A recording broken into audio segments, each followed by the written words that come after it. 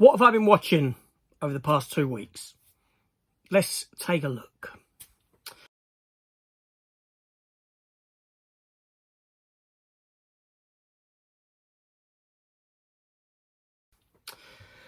Hello everyone, welcome back to the channel. Welcome to another episode of What Have I Been Watching? I kind of bring you every 2 weeks or so.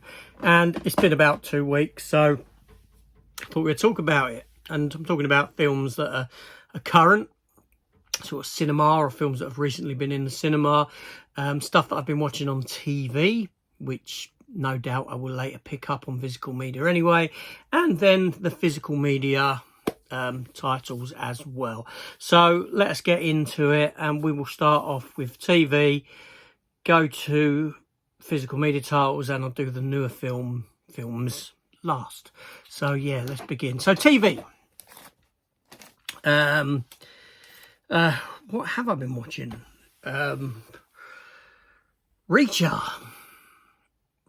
Yeah. Season 3 of Reacher. I'll be honest, at this juncture, as I'm filming this, which is only a day ago, I've watched only one episode. Only began with it last night. Great to have Reacher back. I do really like Reacher as a TV show. I was a bit sort of put off by the beginning of this episode because of events that happened, but then it went back and sort of filled in the pieces and told you exactly what was going on in that episode to catch up kind of where we are, so without spoiling anything. So yeah, you know, Reacher is a very, very good show. It's very enjoyable. There's not much more I can say about it than that. Like I said, one episode in, Anthony Michael Hall is in it as seemingly the bad guy. Anthony Michael Hall, you may know from National Lampoon's Vacation. He was the son in the first one. He was in the Dead Zone TV series. He was in Weird Science, the taller lad with the blonde hair. You know, he was in the second of the newer Halloween films. He had a little small part in The Dark Knight, things like that. So it's always nice to see Anthony Michael Hall on the screen. I quite enjoy him. I did enjoy him in The Dead Zone when he did that. But yeah, so yeah, nice to see that back on. Now, prior to that, I did get around to finishing Dexter. You know, Original Sin, the final season. I think that finished. I don't think that had finished yet when I've done the last one of these. I think there may have still been an episode left or something. But yeah, so that kind of led me into, and that was good. I really enjoyed that show. I hope second season comes. But that led me into Dexter season 1, and I'm about 8 episodes in now. My watch has been quite slow. It seems like we do a couple, it slows down. We do a couple, that's me and the wife, it slows down. And most definitely the past few days have been, or the past week, this week has been pretty slow on the watching front because very tired in the evenings, you know, getting up very early for work. I had to drive to Southampton and back. That's 5 hours of driving with about a 2-hour break in between for work, things like this, you know, going on. And so you get back and you're knackered, and you to be honest, I go to bed so stupid early in order to get up. It's just the way I function now. You know, late nights don't exist for me anymore. They seriously don't. But yes, I'm enjoying my rewatch of season 1 of Dexter. Like I said, the wife is watching it with me. Obviously, I knew who the ice truck killer was. My missus didn't. She kind of guessed, but I didn't allude to it. And when it came about, she said, "Oh, I knew it was him. I knew it was him." Yeah, I'm enjoying that so far. So I'm hoping to work my way through all of the Dexters. But what I'll do is, is once I've finished this first season, I'll get back onto Elementary. I'll finish a season of that, because I'm a little way into that 3rd season still. I'll finish that. When I finish this, then I'll go back to Dexter season 2, and that's the plan anyway. Whether it works that way, I don't know. So yeah, that kind of segued from TV into physical media without me mentioning that I was jumping onto physical media, but there we go. So I guess we are here. So I have a few bits to take a look at. Okay, some of them are DVD, some of them are DVD.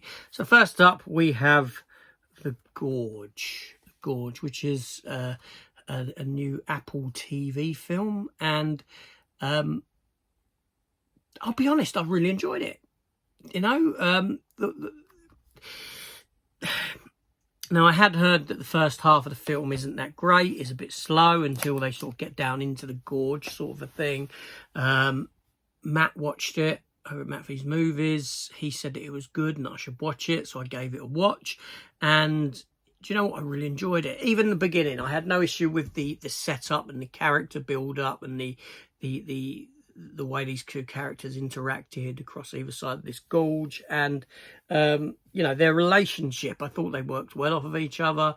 I thought it was great. It was a great setup. With the things down below, the creatures down below, okay, that's where, funnily enough, I'm a bit more sort of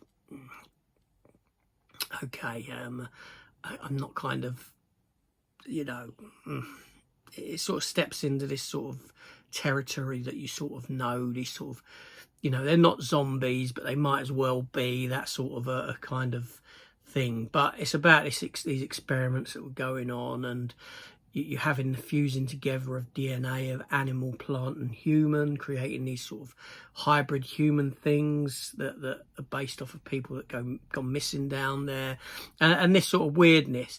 Now, it's funny because, you know, as I really did enjoy the film, you know, and it's got a nice closure to it at the end. I suppose they could do a sequel if they wanted to, but it kind of closes it out, which is great. Sigourney Weaver's in the film. Almost forgot that. Yeah. Yeah, you know, Miles Teller is a pretty good actor. Anya Taylor-Joy is very good. He plays someone from the East, American. She's from the West. She's Russian.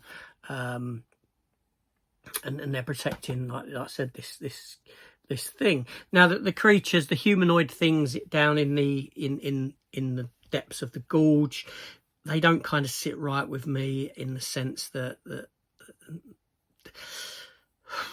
they touch upon thematically.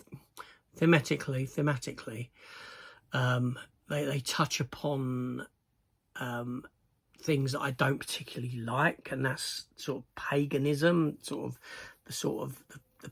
pagan visuals, the sort of tree people, and, you know, the spring, summer, autumn kind of leaf-faced people that you get from paganism. And I know paganism changes through time and this sort of thing, but yeah, it kind of delves into that sort of a thing with the look of them. They're very much inspired by paganism, and that stuff just I don't like.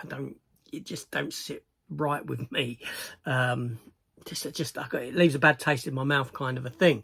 So there is that with it. But no, it was a great film.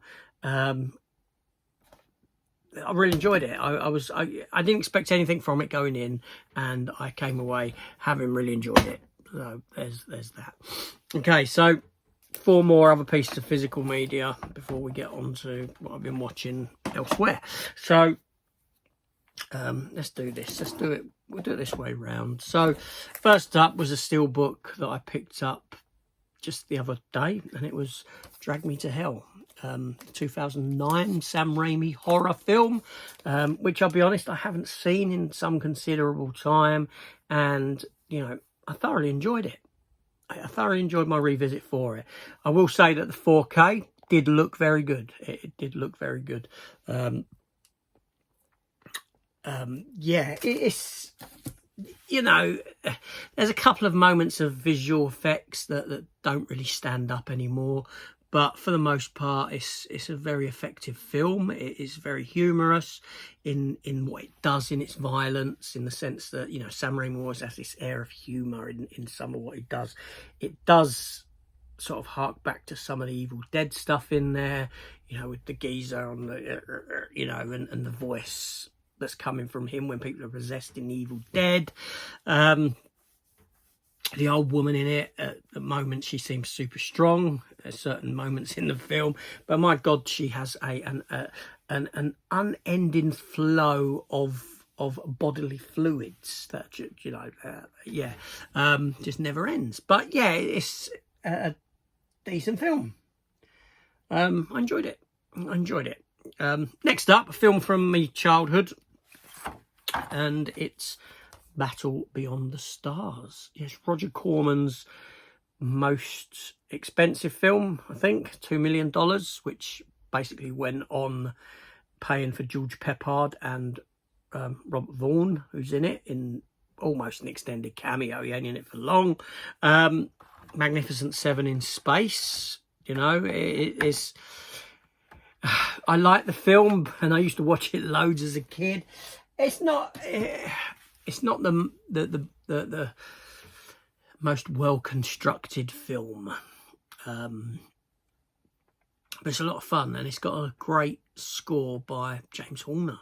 James Horner's done this wonderful score to this film, and if you know his score from Star Trek 2, Star Trek 3, it's very much, you know, this is where that began. This is, you know, and even Titanic, you can hear a lot of Star Trek in some of Titanic. I mean, like when the ship's leaving dock in Titanic, it sounds very similar in the way the music emotes as it does in Star Trek when the ship's leaving, you know, space dock and this sort of thing. There's very much a lot of similarities, and again here to Star Trek, so much similarities in the music that it's fantastic. And it was actually a music video of this that actually got me to watch it, because it, you know, yeah, it's a fun film, and to be fair, you know, some of the effects are okay. You know, the model effects are pretty good. Some of the sets are very good. Interestingly, James Cameron worked on a lot of the sets with it, and he in a little anecdote that they shared, there's a whenever Corman would come to set, if the sets weren't finished and there were still people working on them, he would like start firing people, and James Cameron caught on to this, and if he knew that Corman was coming, he would stop and get everyone to finish and go and hide, sort of thing, out of sight. And Corman couldn't tell the difference between a finished set and an unfinished set. He would come into an unfinished set and say, yeah, this looks great, I love it, sort of a thing. So yeah, yeah, James Cameron's listed as Jim Cameron in the sort of credits for the art department, that sort of thing. But yeah, you know, it's a decent film. I enjoy my rewatch of it. But it is poorly put together. You know, it's magnificent. It's Star Wars Magnificent Seven in space. When the kid goes out to get together his band of helpers, people just turn up out of the blue, like, oh, I've heard about what you're doing, we want to help. And it's like, well, how do you hear about that? Yeah, I mean, it's like quite crudely put together, narratively speaking. So anyway, next up, we're going to jump onto DVD, and I picked this up for a watch, £1.50 for The Secretary. I hadn't seen it. I do like James Spader. Maggie Gyllenhaal is a decent actress. Just a film I'd never ever watched, and I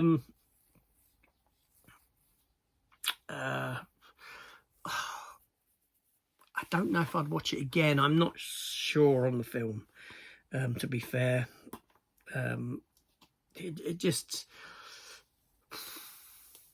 It wasn't as intense, shall we say, as what I thought it may have actually been. It's quite mild in what it does. Obviously, thematically, it plays in a big part of self-harm.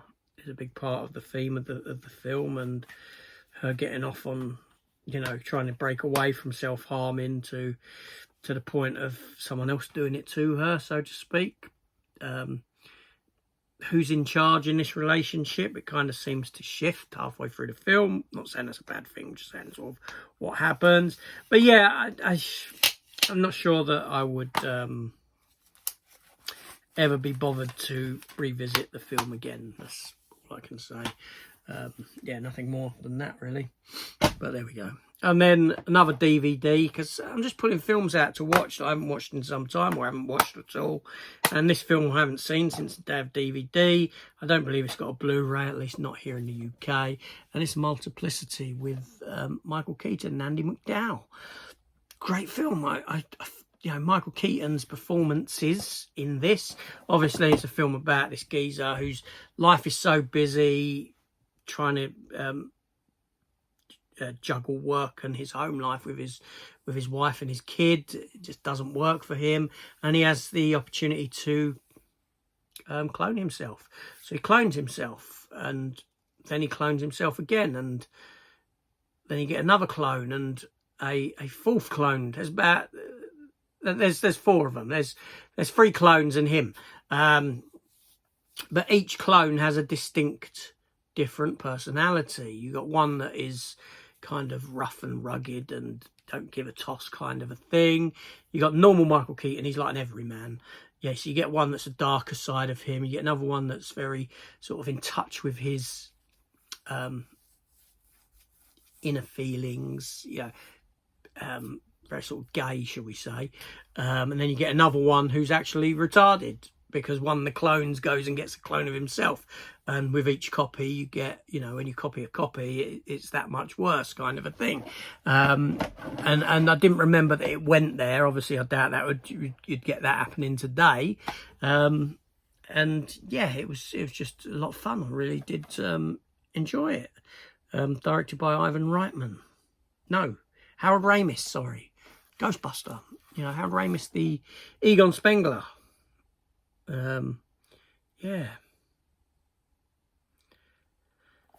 Yeah, that was good. I like Keaton. I like Michael Keaton. So that was that. And then the other film that I watched, you know, the sort of more theatrical released film, newer film, was Mark Wahlberg in Flight Risk. I keep wanting to say Flight Plan. Keep going that way with it. Flight Risk. The one where Wahlberg has got, you know, the balding head. What can I say about that film? It's directed by Mel Gibson, which is rather shocking, actually, because, you know, I would never have said, had I watched this film and not known, I would never have said, that's a Mel Gibson film.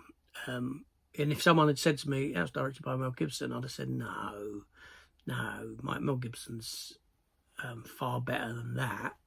But yeah, directed by Mel Gibson. It's got Topher Grace in it. Topher Grace, yeah. The problem with the film is I couldn't tell what the film wanted to be. I didn't know whether it wanted to be sort of tongue-in-cheek, comedy, serious, action.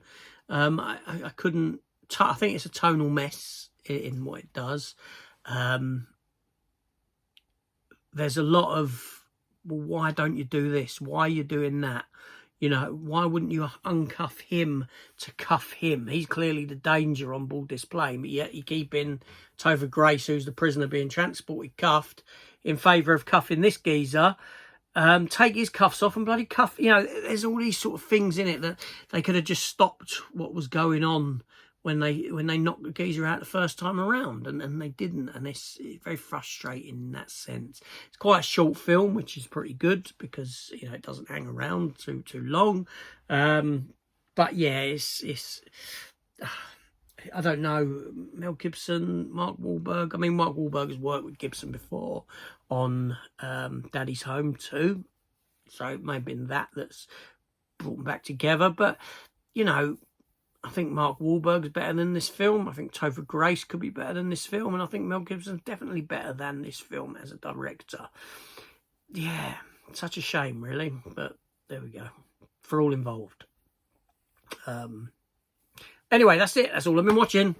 Oh, no, it isn't all I've been watching. Christ almighty, how could I forget? How could I forget and go back to TV? The 2 episodes of Daredevil that came back on. You know, Daredevil Born Again has started, and I don't know how I forgot. But, yeah, so Daredevil Born Again. And I watched these yesterday, but I was so tired. I was so tired when I watched them. I watched Reacher after, and I remember Reacher, but I kind of forget them. So, yes, great to have Daredevil back. I will say that, obviously, Daredevil himself isn't in it much, apart from at the beginning of the first episode, in costume. I think it looked pretty awful. Not the costume, the effects. They wanted to do these digital effects, or digitally enhanced effects, that the original Daredevil series didn't really do. And it really noticed, and it looked pretty awful. Vincent D'Onofrio, they've taken him out of the big suit that he would wear, the fat suit or the muscle suit that he would wear underneath the suit that he would wear, or whatever clothes he would wear. So Vincent D'Onofrio is just like normal size in it, which I think is unfortunate. I don't know if that was a cost-cutting thing or what, or if Vincent D'Onofrio has just said, look, I'm fed up of wearing this. It's very uncomfortable. I don't know. Obviously, you know, the Punisher hasn't come into it yet. We've seen White Tiger. But interestingly, we've only seen him in costume on a TV monitor, like cam footage, which I don't know how that costume is going to look up close and personal. It might look a bit damn stupid.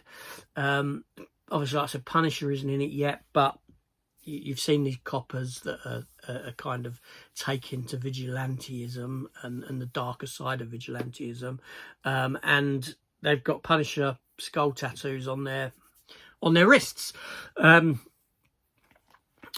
So that's essentially Marvel sort of, you know, in the comics, the Punisher has been buried, so to speak. You know, Marvel Comics don't really want nothing to do with the character or the logo and this sort of a thing, because the logo has been taken and used by police forces, used by military, used by hate groups and this sort of a thing. It's essentially been bastardized, for want of a better term, and that's stopping Marvel wanting to do Punisher. And this series here is going to be obviously focusing face on, head on about that, and how bad it is to be using this when you're in the law enforcement, when you're in, you know, because essentially what the skull represents is a failed justice system.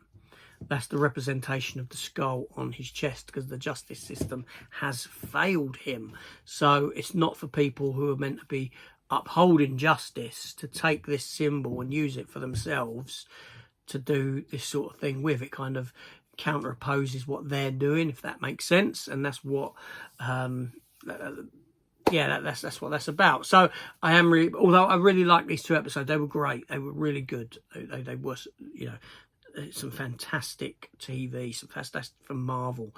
Does feel much like Daredevil's back. It feels like season 4 to the previous 3 seasons, and yeah, may it continue as good as it has been. Anyway, that's what I've been watching. Let me know what you've been watching in the comments down below, and I will see you with another one of these in a couple of weeks, hopefully. Take care.